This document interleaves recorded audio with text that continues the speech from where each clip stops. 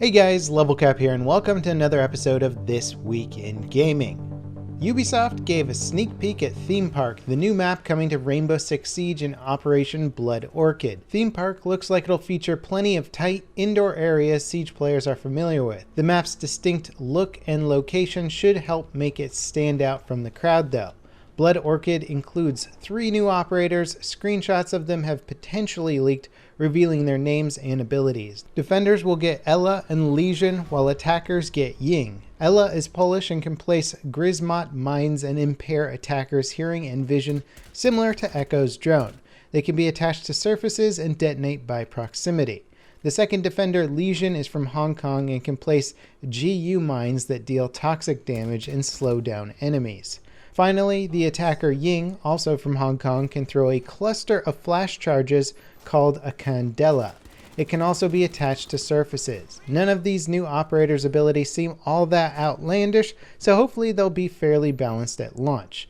The full reveal of Blood Orchid will be on the 26th during the Siege Pro League Finals at Gamescom. It releases on the 29th for Season Pass owners and September 7th for everyone else.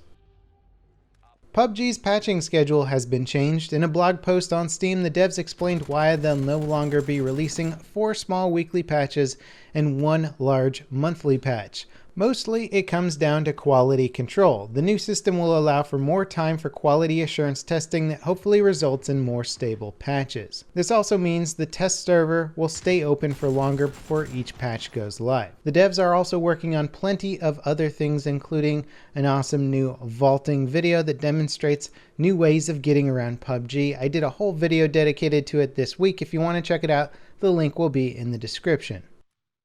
Valve has finally begun rebalancing all the pistols in CSGO. Their latest tweak slightly improved the accuracy of the 5.7 when firing quickly, but substantially reduced accuracy while moving. Before these tweaks, the 5.7 served as one of the best pistols in the game and a viable alternative to more expensive weapons. The changes are currently only live in CSGO's beta branch. It's unclear exactly what impact they'll have on the overall balance of the game, especially on a competitive level. H1Z1's open world survival game has had another name change. Now called Just Survive, the zombie-infested game has been updated with a new map and a ton of changes, including base building. This follows the massive update to H1Z1's Battle Royale mode, King of the Kill, a couple of weeks ago. It seems like the devs are finally making strides towards finishing these games, but they're still very far from done. EVE Online's multiplayer spaceship shooter game VALKYRIE is getting a big update. It makes the game playable without a VR system, adds new ships, game modes, a new progression system, and drops the game's total price down to $30. This update could bring a lot of new players to the game considering how expensive VR is. It's really cool to see devs doing this sort of thing. Limiting who can play your game to what peripherals they own can be a bit frustrating. Obviously, not every VR game works as a standard 2D experience, but getting people into VR would be a lot easier if they could play the VR titles without a headset and still enjoy the experience. CRACKDOWN 3 has been delayed. The highly anticipated Xbox One X launch title was originally scheduled for release on November 7th. It will now launch in the spring of next year. The devs are saying that they need more time to polish the game's visuals. This is pretty disappointing news and could potentially have a big impact on the Xbox One X launch. Other titles for the upcoming console include Forza Motorsport 7, Cuphead, Super Lucky's Tale, and PUBG. Quake Champions is moving into its beta phase. The arena shooter will be available via Steam and Bethesda launcher for $30 starting on the 22nd. It's a somewhat fresh-looking take on the classic arena shooter genre that sticks to its roots and offers fast-paced, gun-on-gun combat. Old-school shooter fans might be interested in the upcoming indie game DUSK. Pre-orders for the game just went live on Steam and the devs sent us a review code to check it out. The gameplay is classic Quake meets Doom, but with barrel rolls.